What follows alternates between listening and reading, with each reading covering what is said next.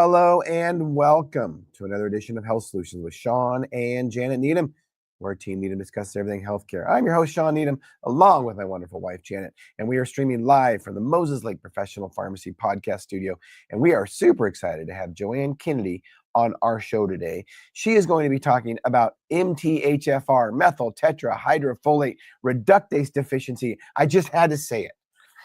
And Thank you for saying it. Yeah, and she is actually all the way across the world in Australia. For those of you that follow Janet and I, you guys know that we were there last year. We absolutely loved Australia.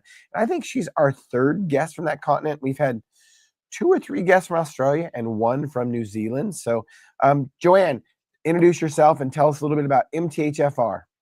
Yeah, well, my name's Joanne Kennedy. I'm a naturopath. Been a naturopath about 12 years now. And I was very fortunate when I graduated from college that I went straight into a clinic that specialized in MTHFR and methylation, and then everything that goes along with that, which is like mold illness, oxalate toxicity, SIBO, complex gut issues, sulfur intolerance, things like this. So I was just fortunate I was exposed to this world of, I'd say it's more like the functional medicine side of natural medicine. Does that make sense?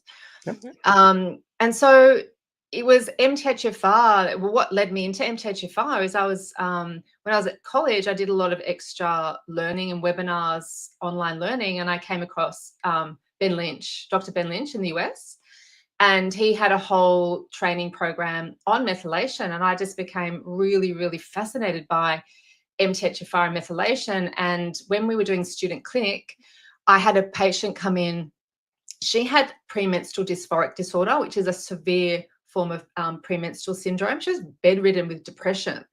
And from what I knew about MTHFR, that it's very important for neurotransmitter synthesis and estrogen detoxification. And I was like, well, this is interesting. Maybe we should look at MTHFR. And the clinic supervisor's like, no, you're jumping on the bandwagon with everyone else regarding this new thing. It's a fad. I'm like, no, I'd really like to look at this in this patient. So got an MTHFR tested. She was homozygous, MTHFR C677T. I'll talk more about what that means. But I basically gave her some methylated B vitamins with methylfolate, and it significantly improved her mood. So she went from bedridden with depression to functioning. And I'll never forget it. I'm like, there is something in this. This is something that I need to pursue further, which is why I became quite obsessed with it and why I still keep doing it. So essentially, MTHFR is methylene tetrahydrofolate reductase. Anything that's an ASE is an enzyme. But we also have an MTHFR gene. So the MTHFR gene provides the code for the MTHFR enzyme in the body to work. So it's the enzyme functioning that we're ultimately most concerned about, because if the enzyme is not functioning properly, you can end up with low levels of methylfolate. So you can have a gene mutation on MTHFR whereby there's sort of several gene mutations. You can be homozygous, so a double mutation, so one gene from one mum, one from dad, or heterozygous, just one from mum or one from dad.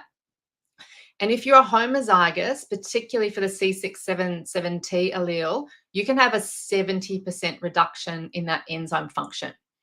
And so what happens is you can become quite low in methylfolate. And methylfolate is a key nutrient we need for a pathway in the body called methylation.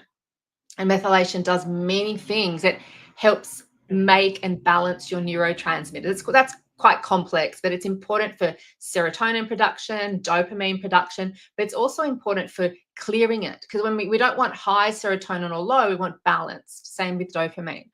It's very important for breaking down histamine, right? So particularly in the central nervous system. So methylation detoxifies histamine, detoxifies estrogen. It's a really big deal when it comes to women's hormones. It detoxifies environmental toxins. It also is important for energy production. So a lot of these methyl groups go to making creatine for energy. It's also important for making your cell membranes. That's real. Cell membranes are super important. Like we need to have healthy cell membranes for cellular communication and detoxification.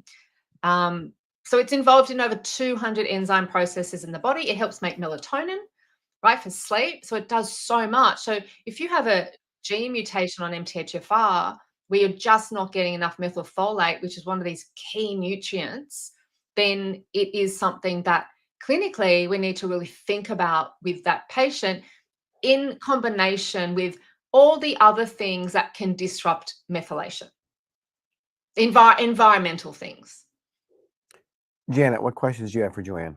That was a great explanation, Yes, Joanne. it Thank you so was. much. So I've heard that, at least in the United States, that we have about 50% of our population that aren't very good at being able to methylate. I mean, what is the truth about that? I mean, how much of our population in the world carries this? Because it seems like, the supplement industry sometimes jumps on a bandwagon, right? And that was kind of what you ran into with that patient, is that, you don't want to overstate something. We want to be accurate. So what is your 100%. thoughts on that? So true. Jen, I look back and I'm just so glad that she didn't have an adverse reaction.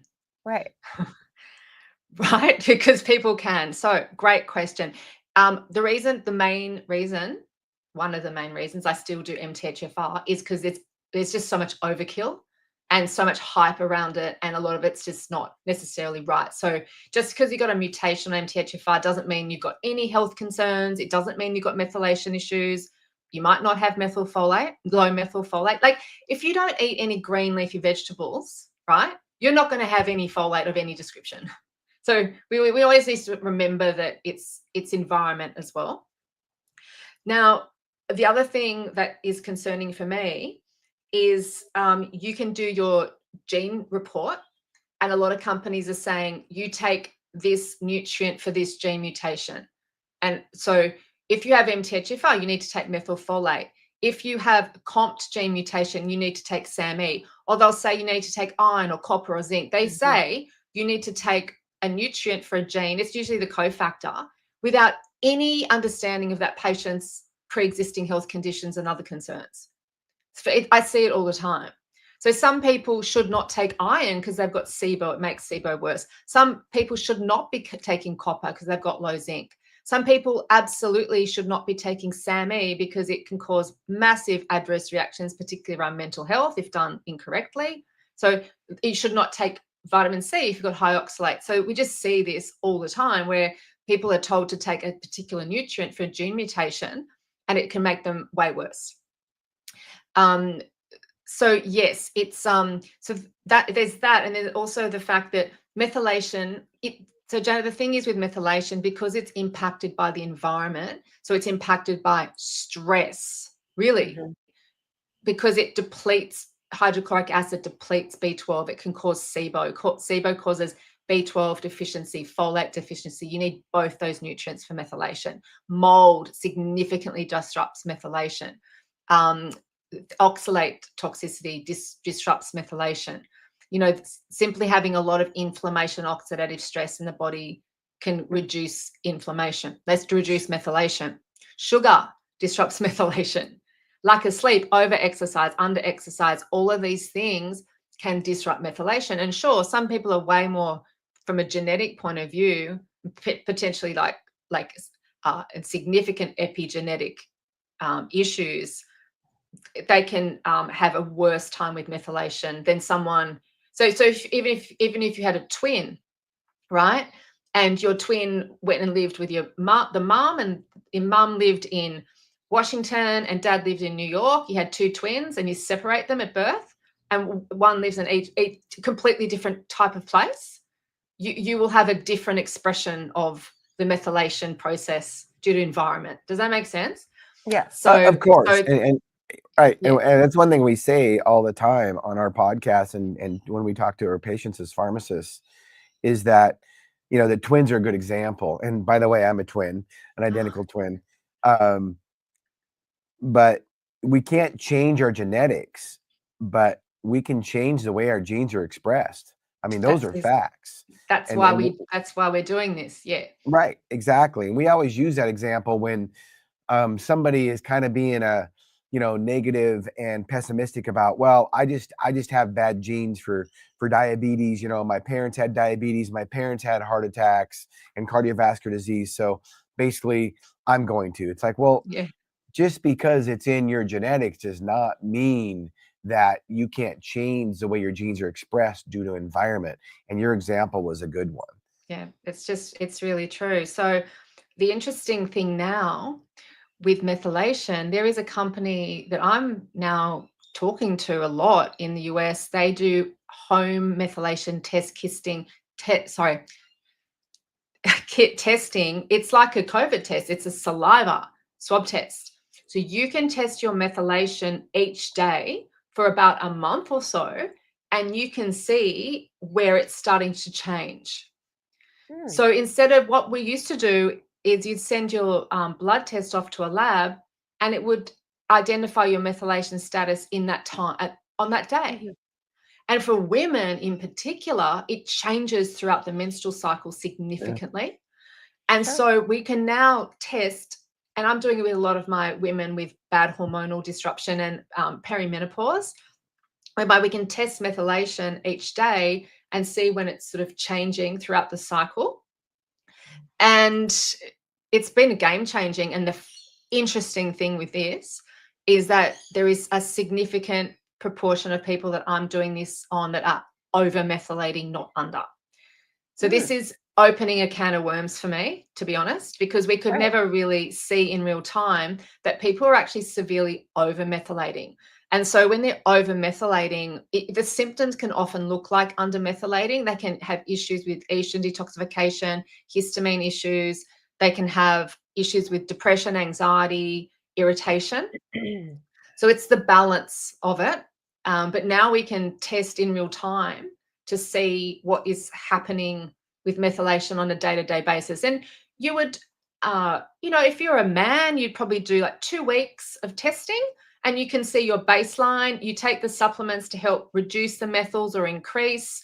You get an understanding of how you're feeling, obviously addressing all the lifestyle things that are contributing to that. And then it's not like you need to do it every day, because if you're feeling good, you don't need to test. But when you're feeling off, you can test and sort of adjust accordingly. And over time, you want to work with a practitioner to get an understanding of why that's happened. I mean, some of it's genetic, but what you can do to mitigate that, and so that you're not constantly relying on this test. But it's a really good place to start. And with women, menstruating women, you do it for several, 3 or 4 menstrual cycles. And then you can get a real understanding of what you need to do to help with those significant mood changes. If you do have bad PMS, PMDD, or just in perimenopause, it can help a lot. Yeah. So you're telling me you can over-methylate. So does that also mean that the answer is not always to take methylcobalamin and to take L-methylfolate? That's not always the answer, is what you're telling me. It's not. It's very rarely the answer. Oh, I have my brother-in-law is so, like, he's just my sister. They're getting right into like biohacking and longevity and like trying to stay young. My sister's a bit younger than me. I'm like, you just got to stop drinking alcohol and stay out of the sun. There you go. Right? She's not fair. She's more olive skin than me, and she loves the beach. I'm like, it's so funny. Anyway, he is saying to me, oh, I need to take, my brother-in-law, he's like, oh, I need to take these methyl B vitamins. And I can see that they've got, I've got an online dispensary, and they're constantly asking me to put products in their cart, and they're just trying all these new things. I'm like, why are they taking these methyl supplements? And he's like, oh, people at work are telling me I need to take methyl Bs. He's very sort of healthy and emotionally stable. It won't impact him. But I'm like, no, like it's not for everybody. It's not. And what we were doing at college back in the day, everyone would get B vitamins. It was just, for stress and energy. It's like, no, not everyone gets B vitamins, because just taking Bs, even without methyl B12 or methylfolate, it does, if you're taking hydroxycobalamin or folinic, it's still supporting methylation. So it's still pushing it. See, so it's not right for everybody. And now we can see in real time, this is what is with your methylation. Some people were over, under, day to day. Really, really, really interesting. And then a lot of people were just completely over. I was just slightly under. I don't have MTHFR. Took me so long to test it. I don't really have significant health issues. I don't have MTHFR, but I did this methylation test and I generally undermethylate. So not really sure why that is for me. You'd have to just do a whole other gene, look at a whole gene panel and try and work it out. But it's sort of an exhausting, confusing thing to do. With me, I think it's probably perimenopause. I probably do drink too much coffee for myself. So I'd need to look at these things that I'm doing in my diet and lifestyle to sort of correct it. Or I can just take some trimethylglycine when I'm not feeling good and it sort of helps. So, the thing with the environmental issue, there's so many different things in environment. And for some people, it's quite a simple fix for them. But for other people, it becomes chronic and very, very complex.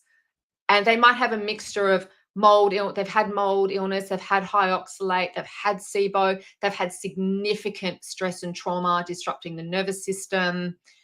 They can't keep on hold. They can't keep their iron. They've got pain symptoms. Had a few patients like this recently, whereby just trying to fix all these chronic health issues is so difficult, and we're going to keep doing that. But supporting methylation with some simple supplements, whether it's under and over, it does help. It usually helps a lot with their mood. And when you get someone with chronic health issues, when you get their dopamine and serotonin up, it's helpful for them. It helps them prepare healthier meals. It helps them with a bit more energy and get up and go. So I have found it beneficial. It's not the only piece. We obviously we need to be working on all the different environmental things. But however, saying that, women with premenstrual dysphoric disorder, these girls have been with me for a few years, and I've got them, their cycles regular, their blood sugar under control, estrogen detox are fine, their progesterone levels are good. They still, on some cycles, do suffer significantly with quite severe anxiety and depression. And it's this set of women that I've been doing this methylation testing on, and they're actually all over methylating. And you take niacinamide and vitamin C to reduce the methyls.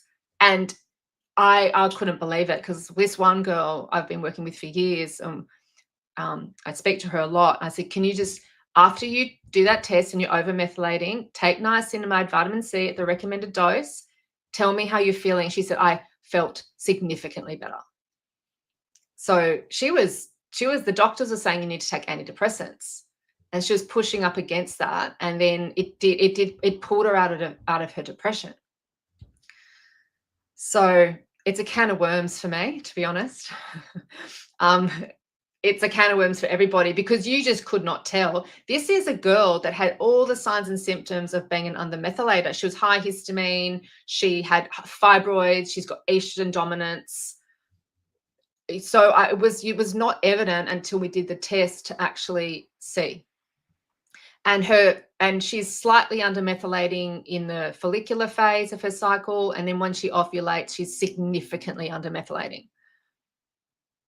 Yeah. Interesting. Well, we know for a fact with pregnant women, I'm not sure about in Australia, but in the United States, this whole methylation thing was kind of called voodoo medicine, witchcraft, 30 years ago, and nobody really believed it, although there were a lot of functional medicine doctors that were prescribing L-methylfolate for their patients, and it was available over the counter as a supplement. And then, I don't know, 15 years ago or so, a prescription drug came out that was approved after being studied and approved by the FDA, called Deplin, which is L-methylfolate.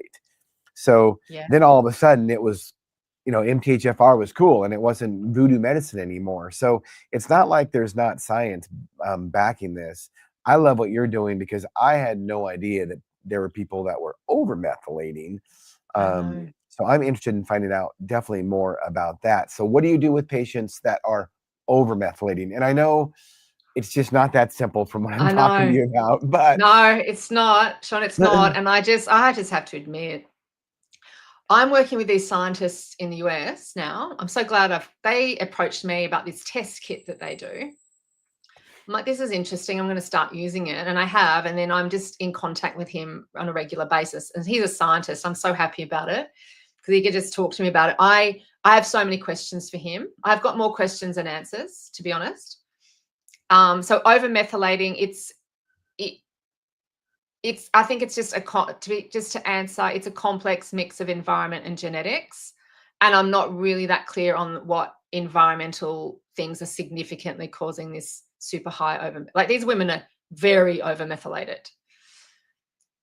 So yeah, I'm starting my own podcast. I'm getting him on my show. I'll send you the episode because it's a great question, but I'm just like, this is perplexing because the other thing that's really interesting is when people have high homocysteine, it was a real indication that people were probably undermethylating because the homocysteine's not recycling around and the pathways are blocked.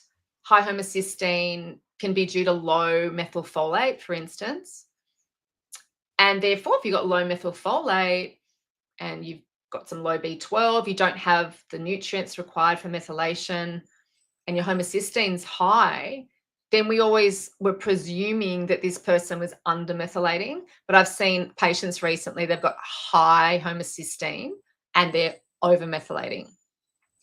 So I've also got patients with very low homocysteine and they're overmethylating. So Shawn, the sorry, I answer's can't not answer simple. these questions. Sorry, and I hate to admit it. But it's just true. It's just really interesting. So we know that taking niacinamide can reduce that cache of methyls. Vitamin C can reduce methyls. Glycine can reduce methyls. I'd say that there's potentially can be sort of some genetic liver issues, genetic issues with liver, that they can't clear their methyls properly. So it's just an interesting thing that I'm going to do more research on and have conversations with, his name, James is his name, with him around what's going on because it's, you can often see Dutch hormone tests. You guys know about the Dutch hormones test? For sure. Yep. And a lot of people were either their estrogen, their sort of low methylation of estrogen, not methylating their estrogen well, that they're generally over methylating. So their methyl groups are not going into estrogen detoxification. Do you know 70% of methyl groups go to making creatine and cell membrane production? Right? So if you've got disrupted cell membranes from like viral overload, toxicity, oxalates, things like that, mitochondrial dysfunction, then your body is taking those methyls to try and repair the mitochondria. So that's what that's what I sort of think. So this testing is just game changing because so people can be over methylating, but their methyls are not being used for the right things. Right. Yeah. So can of worms, guys. It's interesting. Well, like you said earlier, it brings up more questions than answers, actually, for me anyway. Is it? Yeah. Because it's not that simple, but I that's one of the reasons we have you on the show to help to help us so we can find more information on MTHFR. So as we discuss that, as we ask that question, Joanne, if anybody has any questions, where can they find out more information about this? I've got, you can, if they're interested in doing the methylation test, I've got that on my website. So if anyone wants to test their methylation in real time to see, we can, you can buy that test on my website. It'll be up there. Well, it'll be up there soon. I'm interviewing. I'm also. Sorry. Go ahead. Yeah. So I am okay. I see my job. I'm a clinician. I see patients, like I see a lot of patients. So I'm at the front line, right? Because I had a patient yesterday, this lovely lady, she has done every functional medicine test under the sun, all the methylation testing, all the genetic testing, and she's really over methylating. But when she takes niacinamide to reduce the methyls, it's not helping her, it's actually giving her a headache. So more questions than answers. So I think what I'm trying to say here is this. You cannot just look at methylation as a standalone thing and try and manipulate it without looking at all the environmental things. And so as a naturopath, what I do all day is I work on gut, I work on SIBO, large bowel dysbiosis, oxalates, mold, stress, digestive enzyme insufficiency, or like estrogen, hormone balancing, all these things, getting your nutrients up, making sure your thyroid's working, etc. And in the majority of patients, this is what gets them over the line. This is what fixes their problems. Okay, but sometimes I have people come to me and they've gone and done their own research and done all this testing, and they've become extremely confused. They listen to so many podcasts, they get so many different people's opinions on what they should do, and now ChatGPT, they're just running questions through AI, questions through ChatGPT, which often is incorrect and can give you conflicting information. And so people get really, really confused. So what I'm trying to say to people is, if you have chronic health issues, you need to be looking at doing functional medicine testing, SIBO, organic acids, mold mycotoxins, Dutch hormones, looking at these things that are the very common cause of chronic illness that we see in America, Europe, Australia, Asia, United Arab Emirates. This is where my patient base is, all very similar. You work on this stuff, you work on environment, and your methylation will start to balance. But because, okay, however, if you are interested in if you've done a lot of that stuff and would just like to see what your methylation is doing in real time, you can get that test kit from my website. It links you to this, it's called Somaticode is the company, and they've got information on methylation on their website. They're just a new company, so they are building out their content. Awesome. Yeah. I love that. So as we wrap this podcast up, Joanne, tell us what you have a passion for. I have a passion for working out where someone's stress and trauma is and what we need to do this is my new passion, Shawn, working out where the stress and trauma is coming from and how we can support that in conjunction to what we're doing with hormone balancing and gut health and methylation support, because that is a huge part of the picture and it's often missed. So that's my new thing, is just working out nervous system dysfunction in patients, what we need to do to support that to help with their overall healing, because the nervous system plays such a role, especially with gut and with the immune system. So this is sort of my new thing, where I'm always working out what people can do to support their nervous system. I love too that you're honest that MTHFR is not the answer to everything. No, it's not. It's not at all. And Janet and I, we make a living compounding and balancing hormones. So that's what we do as pharmacists. Oh, you do hormones. Yeah, great. But we're honest with people too. It's like, look, hormones they're a piece of the puzzle. It's a whole lifestyle issue. Sleep, diet, exercise are also important, and hormones can help, but all these things work in conjunction. Don't think that you can just take hormones and not sleep and not eat right and not exercise and your body's going to be healthy. It's a piece of the puzzle. And so I appreciate you being honest about that with MTHFR. Yeah, pleasure. Thanks, guys. It was nice to meet you both. Yeah, and you've definitely helped us realize our goal, Joanne, which is to educate and empower individuals to take charge of their own health. So I really appreciate your knowledge and your wisdom today. Thank you so much. You're welcome. Thanks, guys. And listeners and viewers, thank you for tuning in to Health Solutions with Shawn and Janet Needham. Tune in Thursday to our midweek podcast, 8 a.m. to 9 a.m. Pacific Standard Time. Thank you for listening.